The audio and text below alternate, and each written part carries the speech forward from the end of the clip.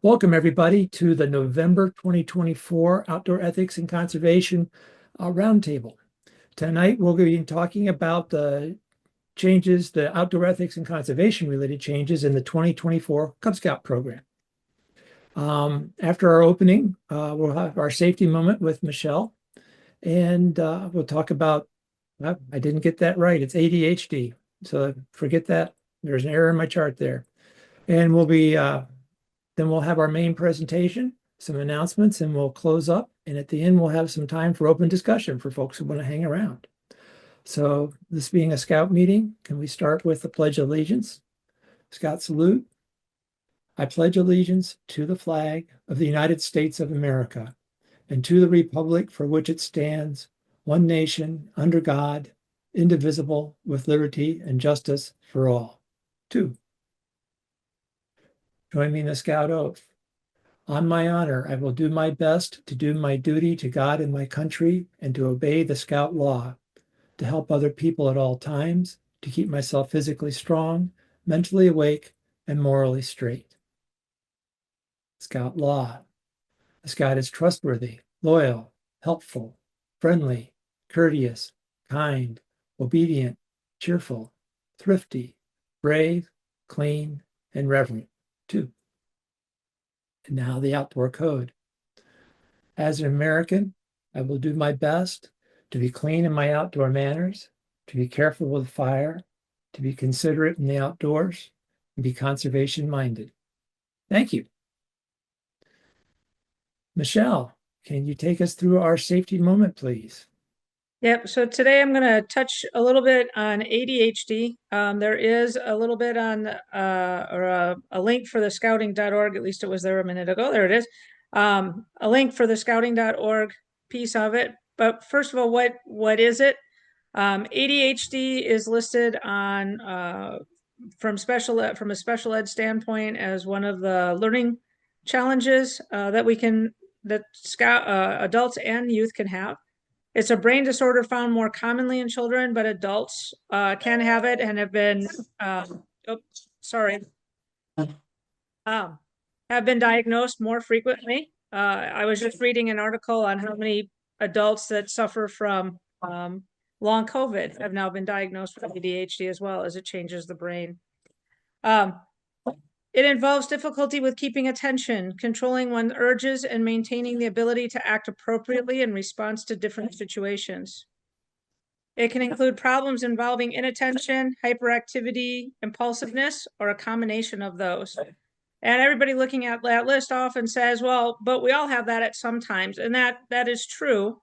Being tired can cause some of those things, or being stressed can cause some of these things. But we're looking at something that happens frequently over a long period of time. It may make careless mistakes, difficulty paying attention, not seeming to listen when spoken to directly, or organizing tasks or activities, or struggling, being easily distracted, fidgeting, difficulty awaiting one's turn, or interrupting or intruding others. So how can we help? Scouts could need a good role model or allow extra time to complete their work, give clear and concise instructions, ignore minor inappropriate behavior. And minor meaning, we chat or do a few things off, or need to fidget, or not sit on their chair is probably one of the most frequent ones, is they want to sit crisscross on the floor or lay on the floor. They're paying attention. They're just not sitting in a chair like you would expect sometimes to do. You may need to supervise them more closely. They're more apt to leave the trail, run ahead, and not stop at a fork on the road, things like that.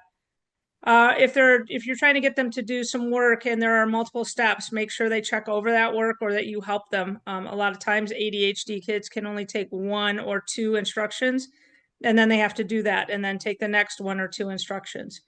And then praise appropriate behavior. Every kid loves to be praised. For ADHD kids, it just helps them stay on track.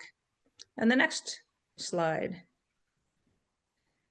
In 2016, the National Survey of Children's Health found that 9.4% of children between the ages of 2 and 17 had been diagnosed with ADHD. That was way back in 16. The number is even higher now, but I couldn't get a new good number for what it is today. And up to 17% 7.5% of those children surveyed by the CDC were not receiving medication or medical help or mental health therapy to treat their ADHD diagnosis. And 40% of children have at least one parent who has ADHD, whether that is known or unknown. So again, a lot of things to talk about: give clear and written verbal instructions, scheduleize a check-in time, give extra opportunities for movement, provide fidgets, quiet fidgets, give them a loud fidget and it's all over, but a nice quiet fidget.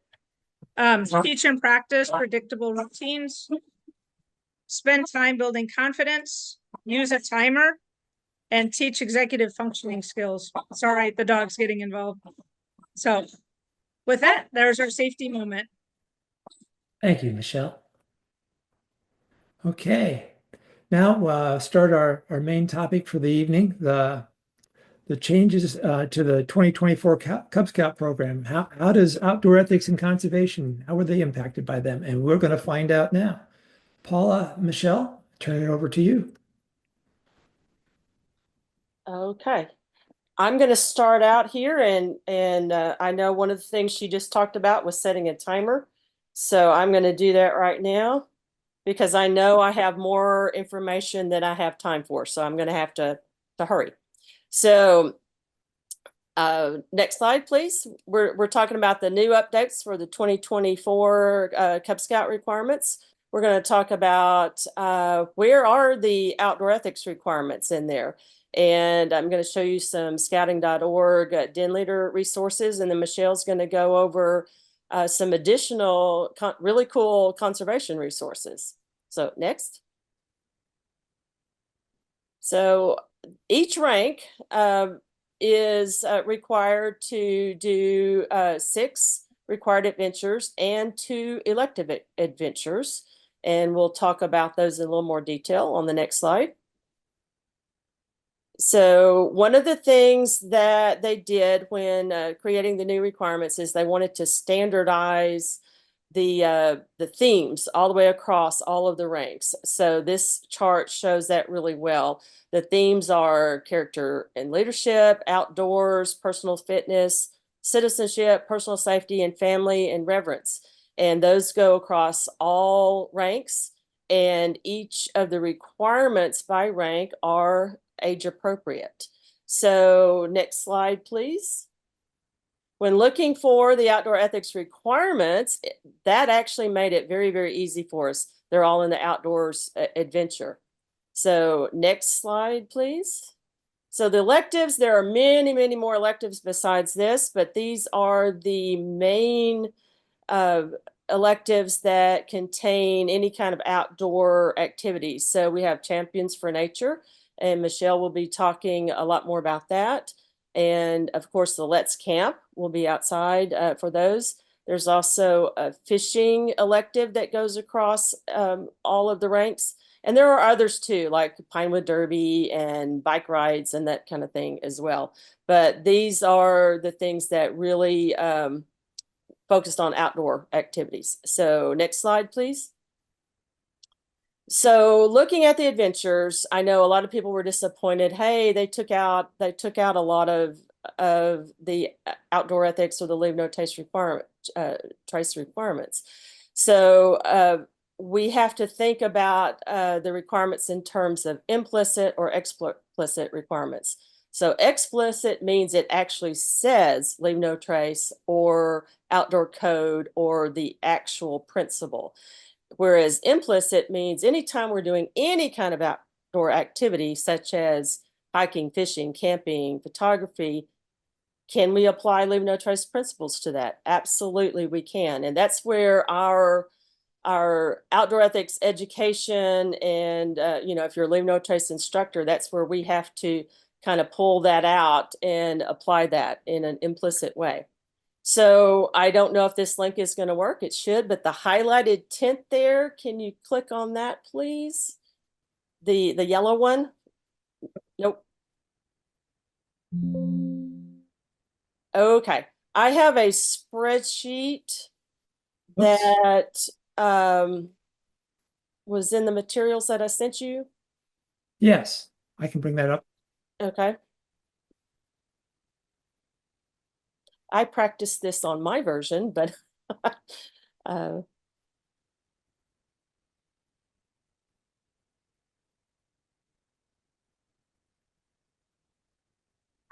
okay, if you'll click the guide worksheet far left at the bottom. Well, that's okay. We'll start right here. We'll Yeah. start right here. So this is a list of all of the outdoors required adventures for all of the ranks.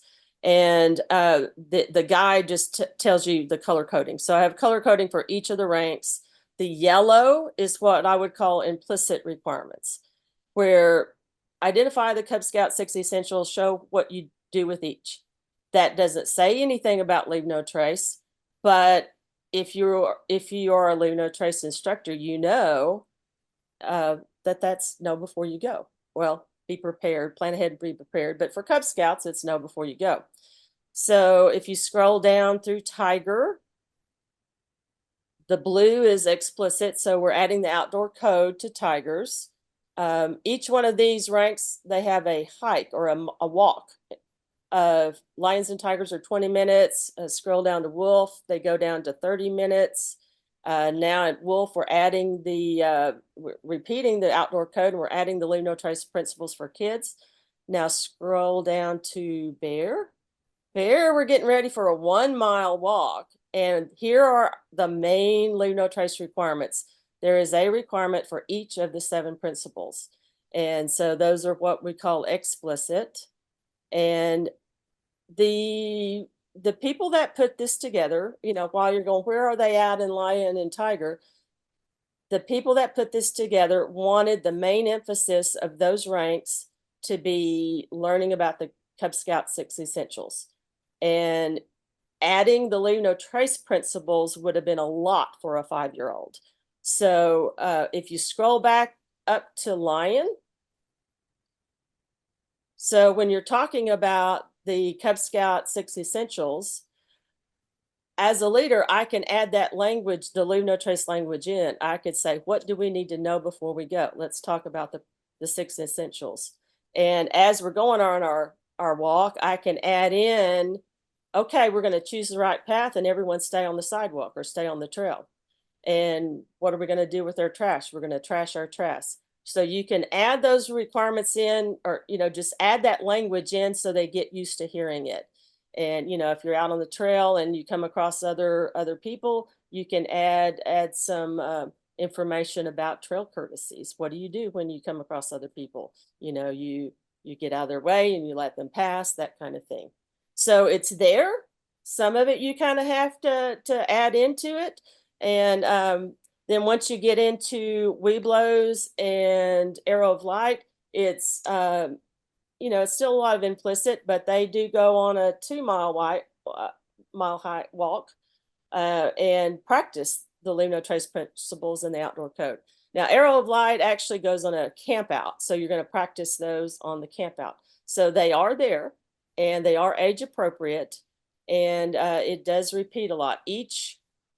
The very first principle of each of those requirements, or each requirement, is about the 6 essentials, and then Arrow of Light adds in the basic essentials.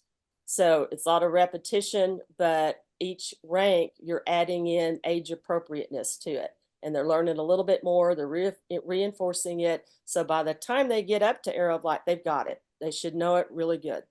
So back to, no, I'll tell you what, while we're here, can you click on that link right there in your Arrow of Light?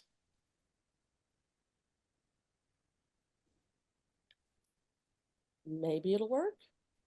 Okay, here is just an example. If you haven't seen what they've done on scouting.org, this is fantastic. For the den leader, they've got all right together on every single adventure, your safe checklist, your guide to safe scouting, the training you need for weather, all of these kinds of things, and your age appropriate guidelines. Now keep scrolling. Here's some more links to different things they need to know, safety moments even. So keep scrolling. That is on the top of every single one. The part in blue down here, those are the actual requirements. And if you keep scrolling, requirement 1, it repeats it again. And here now we're talking about the basic essentials. There are 3 different activities that you can do, and it's all laid out with lesson plans. And they have these little codes across the top. Just click on one of those just to see what it looks like.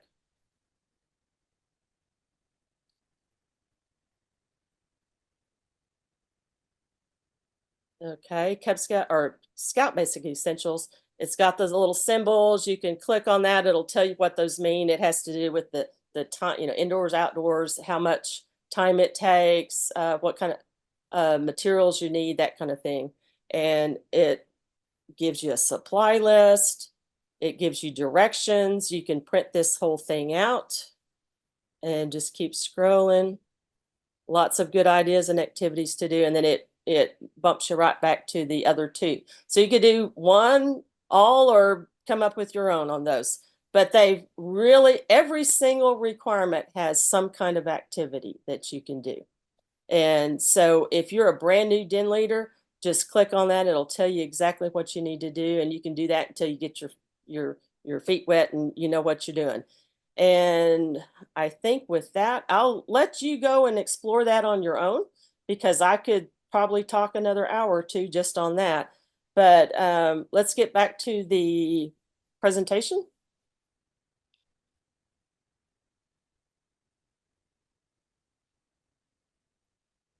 Okay, next slide, please. So this part of the presentation comes from Shanae Ames and her presentation that she did at the Utah conference.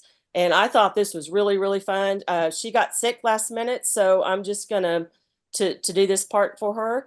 But this was, what's your park ranger name? We talked about the basic den leader lesson plans off scouting.org. You can add to that and make it fun and come up with additional things. So right now, everyone figure out what their park ranger name is and go put it in the chat. And then a little bit later, we'll let Paul or somebody read some of those off. And that's just a real fun thing to do. So I'm actually Rocky S'mores. So there's a Rocky Canoes. And I'm going to let you keep doing that. Well, we'll give it another minute just to let you figure that out. Okay, hopefully we're good. Let's move on, because again, we've got a lot of things to cover. So between the outdoor code, the No Trace principles for kids, and the 6 essentials, there's all kinds of games and activities you can do. There are the hand signals, and even in the scouting.org, there's a link to a video with the hand signals for the Leave No Trace principles for kids. And if you went to the summit conference, the Leave No Trace conference in Boulder, there was a whole group that did, they took the hand signals to a whole new level. It was a lot of fun. And I'm working on getting a video of that. So next slide. So here are the 6 essentials, and this is something that Shanae did, and I thought it was really good. So I wanted to kind of repeat it here. And if you look at what is in the Cub Scout books, they named these slightly different, but Shanae went in and kind of modified the names a little bit so that you have 3 things that start with an F and 3 things that start with a W. So you've got first aid kit, flashlight, and food. I think in the books they call it snacks, but change it to an F for food, and you've got 3 Fs. And then you've got water, whistle, and weather. And I think the weather is really called sun protection. But then later on they add, what do you do if it rains and if it's cold, that kind of thing. So if you just call that weather, you've got the 3 Ws. So that's a real easy way to remember and learn the 6 essentials. So next slide, please. And this is just a list of all kinds of things that you can do in addition to, what we've already talked about. We've talked about that repetition and memorization, all kinds of paper activities, crafts, and teach each other. Cub Scouts can teach other Cub Scouts, introduce the EDGE method. Most importantly for a den leader is model that behavior. You can't expect your cubs to pick up trash on the trail if they see you, throwing something on the ground. And then also look for those teachable moments. That's a lot of what we talked about on those implicit requirements. And just get outside and practice, and all kinds of skits, songs, jokes, scavenger hunt. Camp Oh No, there's a link to that on the scouting.org. That's a real fun thing to do. What about a Leave No Trace dinner or a den mascot like the Lorax or Bigfoot? So next. And now we have Michelle, and she is going to talk about conservation and some really cool things that you can do with that. So Michelle. Yep. So one of the questions that I've gotten a lot lately is what makes a conservation project? And there's kind of two things that kind of go with this.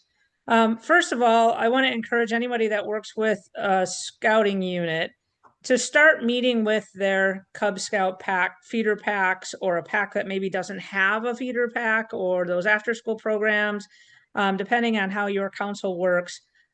Because camping and conservation are starting younger and younger. There's a conservation Champions for Nature all the way down to lions. They're 5 years old.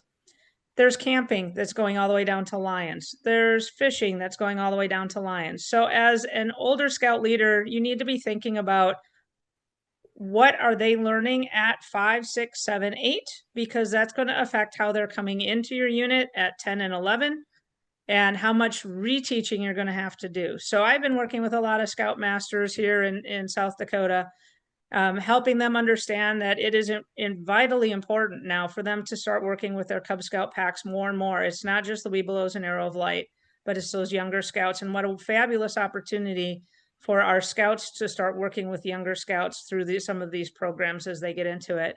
So I took an approach for this part of the presentation that I'm going to give you some examples of what you can do to fulfill Champions for Nature all the way down to lions. I picked one sort of activity that you could do with each group. And the other thing I want to emphasize is a conservation project should be purposeful. I was cleaning out the garage this weekend, and I was reminded that we have had conservation in Cub Scouts for a long time. And I have 2 bat houses and 3 bird houses sitting in my garage because while they made them and called it conservation, they didn't have a plan for them.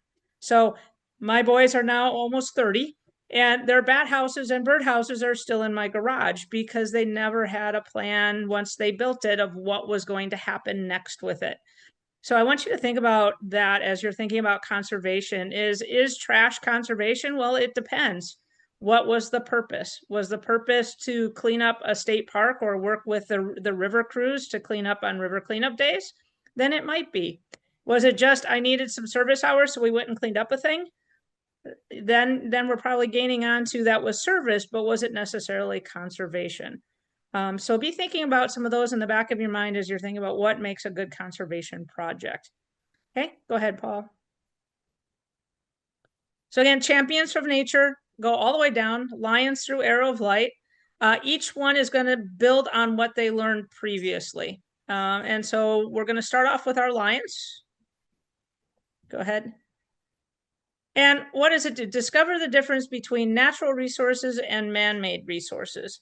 And I'd even take it one step further and even have them, what natural resources do we use in man-made objects? And furniture is a great one to take a look at it, and not just the woods, but the metals as well. That's a great place where you can talk about their cell phone, which they just got, or their toys that have metal pieces in them, or their PlayStation that has chips in it. And then what's the difference between organic, paper, plastic, metal, and glass waste? So a little bit of that reduce, reuse, and recycle. And then discover recycling and participate in a conservation service project. Right? So notice this is discover, not learn. These guys are just figuring out how all of this works. So as a leader, you're going to be doing a lot of helping them discover it and playing some games that talk about reduce, reuse, and recycle. Next. They're also going into the camping for the very first time. Now, we all know that we have a lot of new scouts and new scouting families that were not previously scouts. So either as Scouts BSA, we can look at that and say, we can teach them how to camp, or they're going to find the nearest YouTube video. So as a scouting unit, I wouldn't want it to be me that's teaching them how to camp properly and having them go out and make sure that they're prepared and they're setting up a tent, because at 5, we want them to be able to have a really good time. So if you're taking a lion den camping with a pack, make sure that you have that experienced leader or older scout help lions complete requirements 1 to 3 before heading out.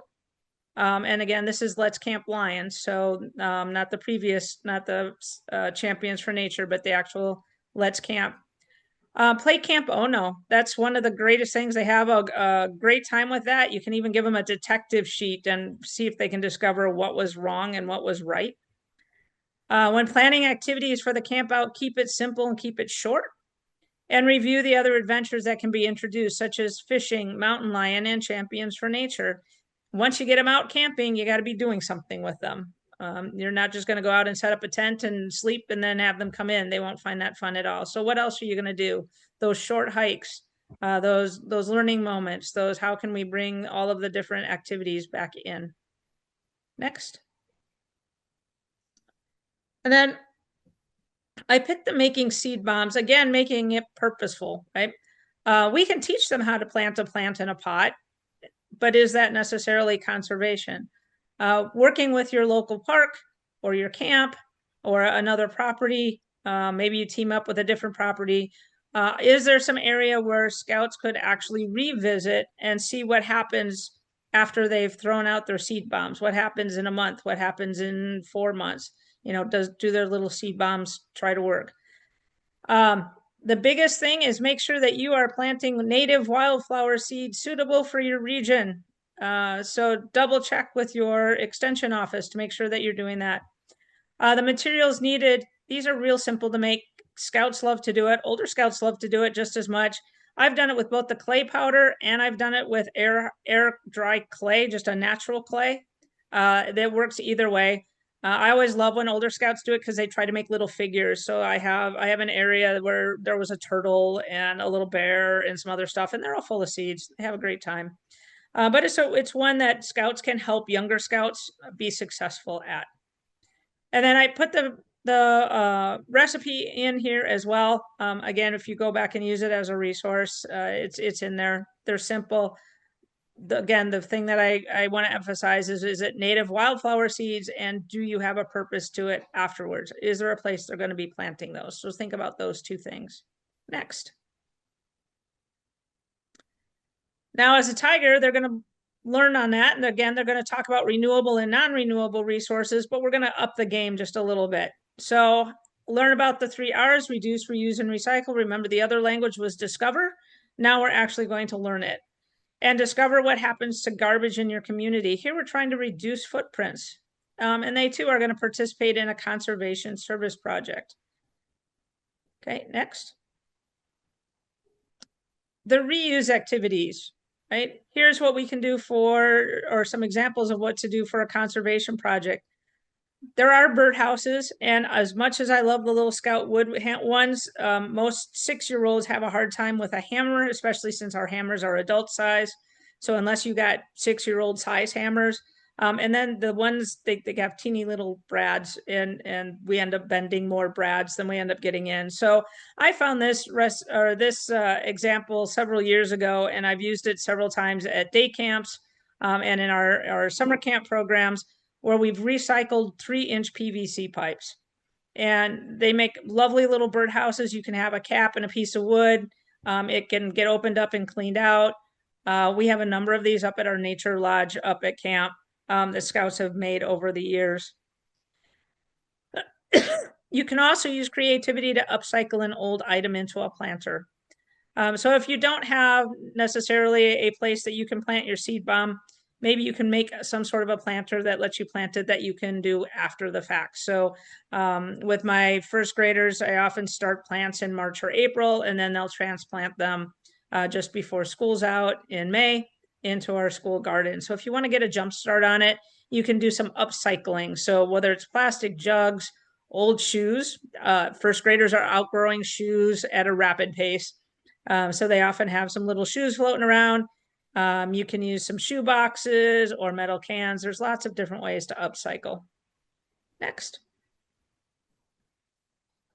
Moving on to our wolves. Again, they're learning about the 3 R's, but we're going to go even one step further now and talk about what is reusable within our trash. So by diverting an average of 15 or 150 kilograms of rubbish per household a year, composting can prevent hundreds of thousands of greenhouse gas emissions being added to the atmosphere. I included a link. This is one of my kids' favorite books to read, and it's Compost Stew. And I included a read aloud link. If you don't have the book, you can still get it online. And then we talk a lot about what to compost. So brown materials and green materials.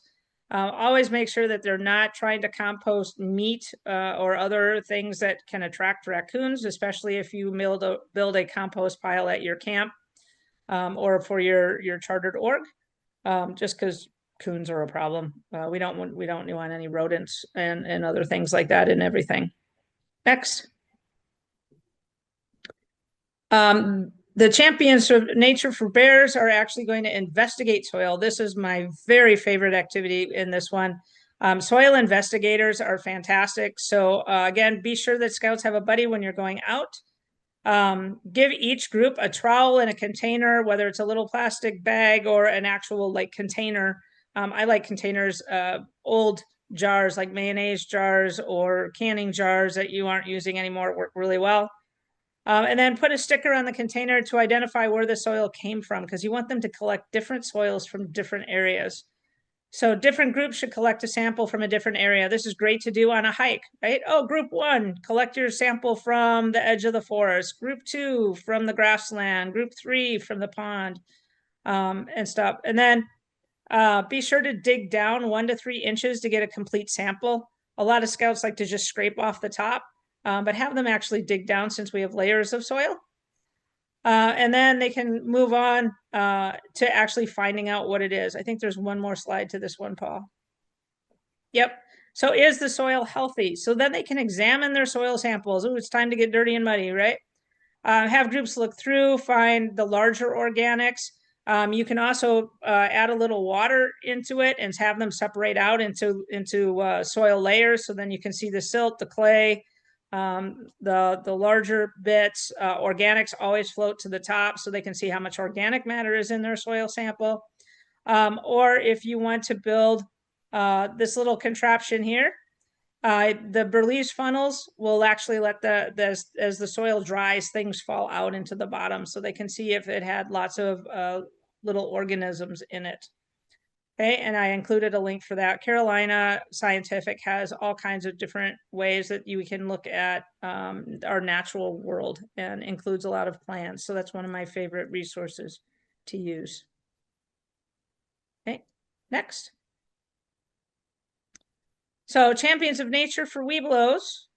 They're going to explore for components that make up a habitat: food, water, shelter, and space.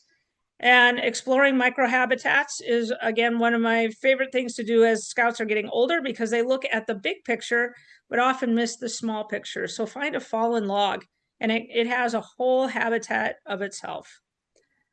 So I included a project learning tree activity for this one, trees as habitats.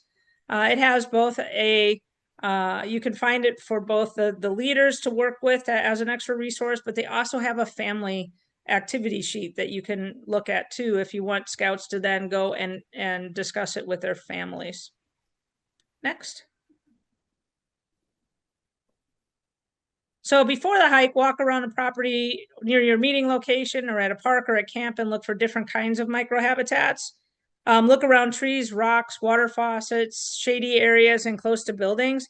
But also check for potential hazards like stinging insects or dangerous debris and avoid those areas. Identify 3 or 4 safe areas. And then I included this video. It's actually from Maine, but it's through the Project Learning Tree organization. And so it gives scouts a little bit of background information as to what they're looking for and looking at. Once again, always scouts need to have a buddy. It's a great time to reinforce that. And then each group should have a magnifying glass, a paper, and a pencil, or a set of colored pencils. And then they just need to sit quietly in their little microhabitat and observe and use their senses. So I'd give them 3 to 5 minutes or so to do that. Then they start to get squirrely after that point. But have them sit. Do they hear birds? Do they see insects coming in and out? Do they see anything crawling around? Bugs and beetles. What clues can they find by looking, listening? Even sometimes you can smell a little bit. If the wind picks up just a little bit, you can smell some of the fungus. Write or draw everything they see and make a detailed sketch of the area. They could include light. Is it light or shady or sunny? Is it wet or dry? Is the soil compact or loose around it? Use your magnifying glasses. Look for plants and animals, but evidence like nests or holes or chewed leaves, little tracks, droppings. And then have their scouts share what they learned with their family or even younger scouts. And then, like I said, there's this little family activity page that can facilitate some discussion. But the essential question, why does a snag make a good habitat for diversity of living and non-living organisms? And investigate some physical structures. So that we're taking it one step further. They started off as lions, learning some of the basics. And now as Webelos and Arrow of Light, we're going steps further into their investigation skills. And next. Arrow of Light. So I wanted to include this because I wanted the resource. The Earth Tribe website, you do need to make an account as a leader in order to get to all of the activities, but there is a slew of activities in all of the different areas on the Earth Tribe website for a list of challenges and how to get involved with the global level and additional recognition. And then it says to choose one of the challenges and complete. I chose the Web of Life activity to demonstrate how this works, just because it really explores the connection between animals and plants and humans. So it help scouts understand what happens locally and globally if we continue to cut down, in some cases, the rainforest. You can use any habitat at the same rate we do now. So we're thinking about how do systems work together. So as Webelos, we learned about habitats. Now in Arrow of Light, we're looking at the greater community. And then anticipate what happens. And all you need for this activity is a ball of string and cards that represent the plants and the animals of whatever habitat you've chosen. And again, I've included the link in that so that you can explore this website some more and find some additional activities. Next, Paul. And how to play the game. So before the meeting, create the animal and plant cards. Here's some examples of what I use in my own. So I use an aquatic habitat down by our fishing pond. And this game can be played inside or outside. So it's a great rainy day activity if you can't be out fishing, or if like we have winter here in South Dakota. So sometimes it's fun to play as an opening activity for a lesson that we're going to do later. You can play it at a local park or a camp before a service project to make a connection to that habitat. And scouts are given a plant or animal card, or one of each if you have a small group. Start with a plant and see who can make a connection. Pass the ball of yarn to each connection. So it's one big ball of yarn. Once all the connections are made, scouts could get the ball of yarn multiple times during the game. Have scouts discuss what do they see. And you'll see that the yarn will go this way and that way. It makes a big giant web, upside down, underside. Everything's connected. Nobody can move. But what happens if you remove a plant or an animal from the web? Then what happens? And you can either actually have a person drop out and they drop their string, or you can cut the string, see what happens. And then add a twist, have a secret invasive come through the web. And that invasive will literally run through the web and it gets broken apart. And then what happens to that environment? Afterwards, as scouts are going around the park or camp, have them find similar connections. Whether it's an invasive or whether it's an animal or a plant that they see, what happens if we step off the trail and that plant gets crushed? You know, what happens to the environment? So there again, you've got a precursor into a teachable moment. Next. And then we made some resource page for everybody to kind of take a look at. So if you happen to have a teacher paid teachers account, they've got some junior ranger badges. Leave No Trace. There are a number of YouTube videos that can help with some Leave No Trace skills. Carolina Scientific, Project Learning Tree. Project Learning Tree is one of our partner organizations. So as a Scout leader, you could use a lot of their resources. And then the SDGs for Scouts are in there as well. So lots of things to draw from in order to make those conservation projects meaningful, and the Champions for Nature elective a lot of fun for our Scouts to build on.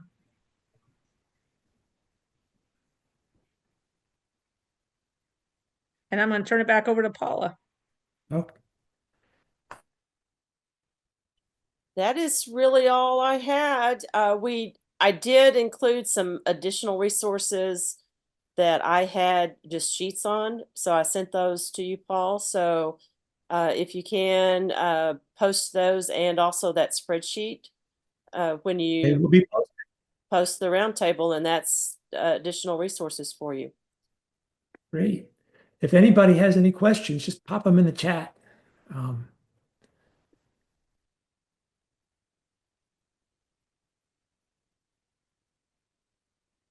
Someone did make a comment that that's a lot of know before you go. And it's like, when you're talking about 5 and 6 years olds, they have to learn everything. So that is a lot of know before you go. They don't know what they need to know before they go camping or before they go outside. So yes, it is. So there was a comment that they're sad that the Cub Scout Panda patch has been discontinued.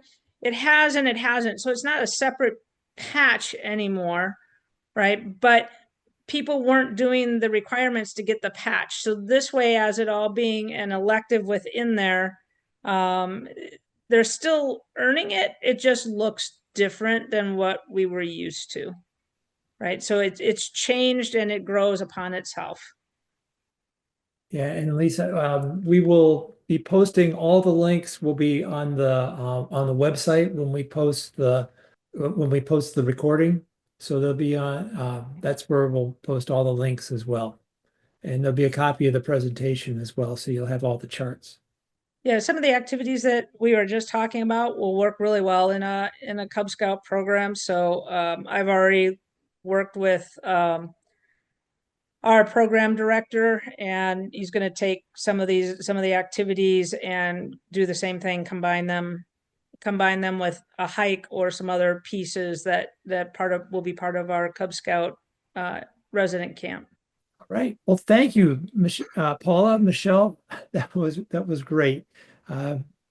Absolutely got a lot out of that, and we'll be around afterwards for if there's any discussion, we can continue with them. So now I'd like to move on. And Scott, you have an FAQ for us this month, I do believe. I do, and great to see everybody. And you can step on the next slide. So I was asked a couple of questions recently. The first one was, when will the Leave No Trace instructor supplement be updated to include those new Cub Scout program changes?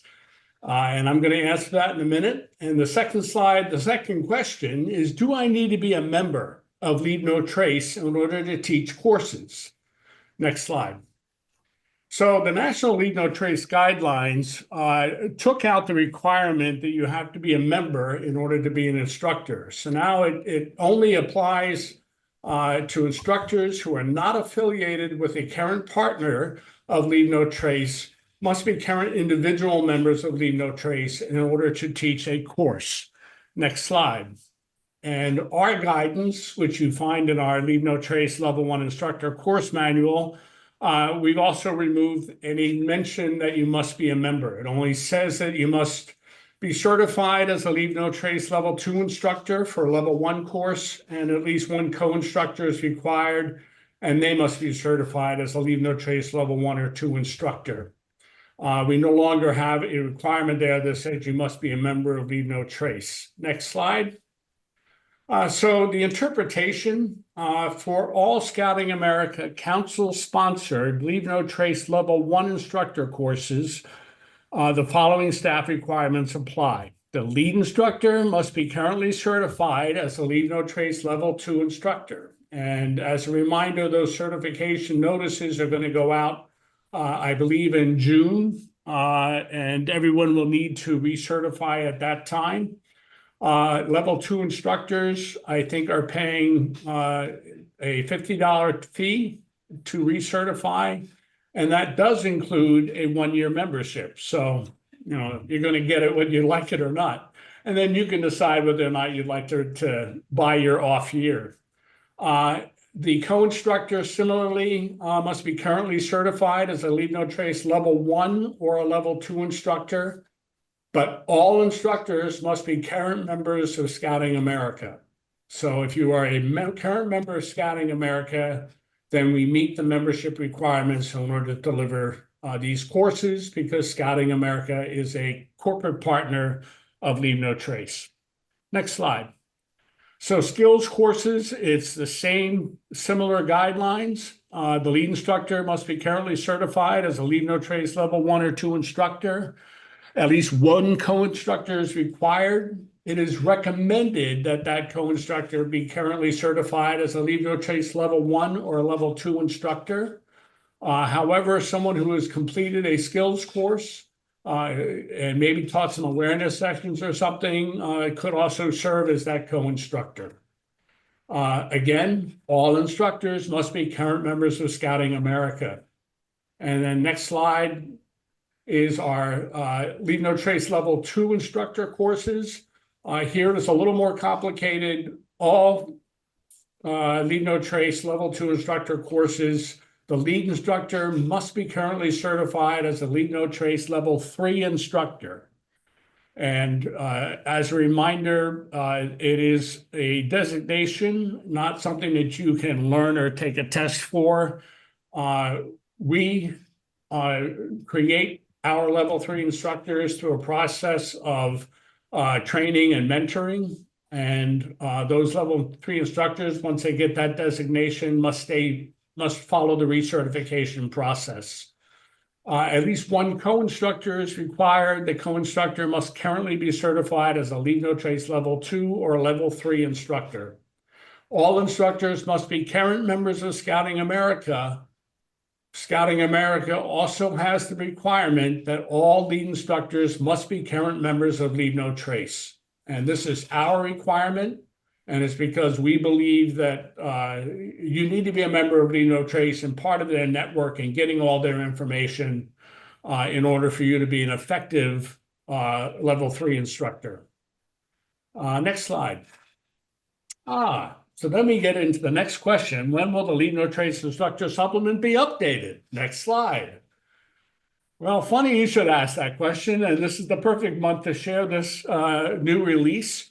We have updated the supplement, and I'm going to post that link into chat right now. And that is available to you. There you go. And in this supplement, we have under advancement and awards, you'll see that we've rewritten the whole Cub Scout section and highlighted all the areas where outdoor ethics is incorporated. We didn't do that much with the implicit areas that Paula was discussing, but everywhere in which it is explicitly mentioned an outdoor ethics requirement is included in our instructor supplement. We also had some additional outdoor code guidance added, changed all the Scouting America branding and terminology, and put in the new Leave No Trace logo with the blue swirl as they requested. So that's now an available resource to you. Next slide. Just want to re-emphasize that all of the Scouting America Leave No Trace resources are continually being updated. So please, whenever you go to do a new level 1 course, or if you're doing a level 2 course or any other program, please look for the most up-to-date resource that we have available. The outdoor ethics team is working hard to create a resource to help our units, our councils deliver skills courses. At this time, there is no document that supports that. But the Leave No Trace Level 1 Instructor Course Manual is a good place to start. Next slide. So now we have a big policy change to announce, and this is something we've been trying for now for a couple of years. Next slide.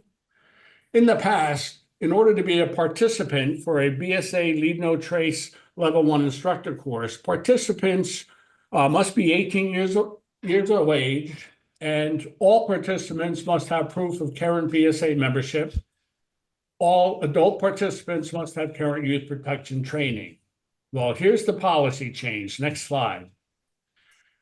Scouting America has determined, in the interest of supporting the communities in which we serve, that we may now invite non-BSA members to take Level 1 instructor courses. So that is a big change. This goes back to a policy that we had a decade ago. All that crumbled after a youth protection incident and the lawsuits that were going on at the time. Scouting BSA tightened the range. Now they have opened the door, and this is particularly because the Leave No Trace Level 1 Instructor course is for adults only.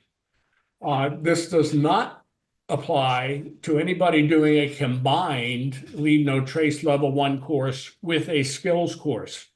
So any program that involves youth, all participants must be BSA members and have youth protection training. Level 1 instructor, standalone Level 1 instructor courses being hosted by a council. Councils may decide that they may open that to non-BSA members, non-BSA participants, or Scouting America participants would be the better language. The big goal here is this will allow us to support our communities. And if we have camps and stuff that are in nature areas in which there's large groups of active outdoor recreationists that might like the training, we can invite them into the scouting community and allow them to take this course. So it's a big change. And I hope it'll help our councils deliver quality programs that support the communities in which we serve. Next slide. So I think I covered all that to the public. Youth protection rules for public events held on council properties must be enforced. So each council will have their way of handling that. If the camp is isolated and there's no youth, they may waive any requirement that anyone on the property have youth protection training. Typically, any property in which youth are allowed to be on, Scouting America generally says they must have youth protection training even to be on the property. That is something your council will set the boundaries for. In addition, insurance provided to Scouting America members, councils are obligated to provide the appropriate insurance that covers the non-Scouting America participants as well. So many councils have a daily insurance charge if you're on their properties. That kind of a situation works and would solve that problem. But in all cases, every participant in a Leave No Trace Level 1 instructor course must be fully insured by Scouting America. And I think that's it. Last slide. Thank you for all you do to support outdoor ethics and conservation in scouting. And I will hang out after the roundtable if anybody has any questions. Thank you, Scott. Moving on, we have a few announcements for the night. I mean, what would a scouting event be without some announcements? So, Keith. Thanks, Paul. It's great to see a number of you that attended. Well, it's great to see everyone who attended the conference in September. I know a number of you had other activities going on and couldn't make it. But those of you that did attend, I have sent you a link to a conference evaluation. And we have roughly 25% of you have completed that. We encourage the rest of you to go and fill that out. We really need your input. because we respect the time and effort and finances you put into coming to the conference. And we want to make future conferences be not only a good value for the dollar spent, but the time spent. And so we need your input on what you liked and what we could do better. So thanks a lot. Back to you, Paul. Thank you, Keith.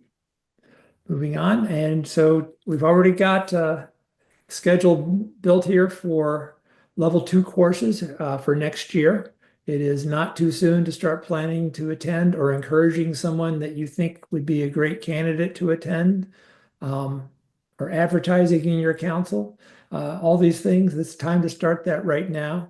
And as a reminder, if you or anyone else would like to attend one of these courses and finances are a problem, we do have the Dan Howell scholarships available to help out, because we do want everybody who wants to take a level 2 course to be able to take that level 2 course. Request from Paul. You'll notice that a lot of these pictures are the same ones from last month. I would greatly encourage folks to send me some pictures. You got some great pictures that would fit in here.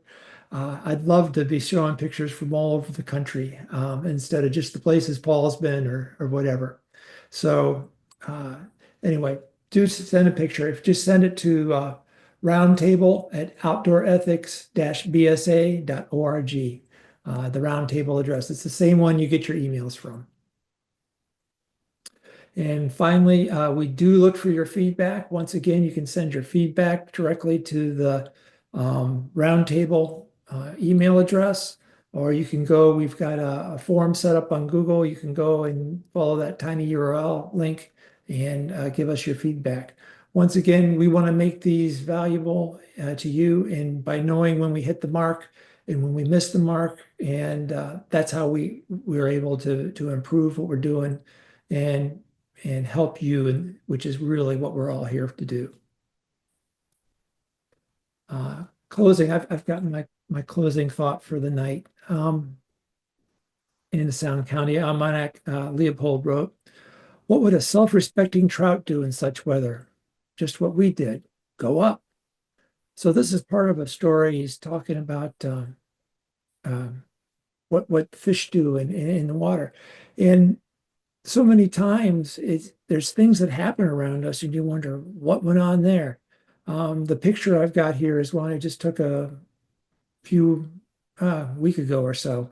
I was walking the trail, went near the water, and the fish were just jumping. And so I got the fish, well, what's going on? It's a great question to ask. Ask your youth, ask yourself, what's going on when something like this happens?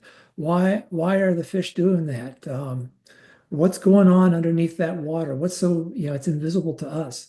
And it doesn't have to be something like that. It can be something that you see an animal doing something. Why are they doing that?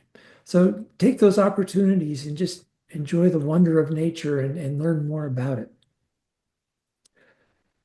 And that was it for this month's roundtable. I do hope we see all of you, and invite your friends to come to December's roundtable. We'll be talking about STEM. So how does STEM, outdoor ethics, and conservation, how do they all work together? How are they all better together? So that will be our topic for next month. I hope to see you all there. It's been great having you here tonight, and thank you so much.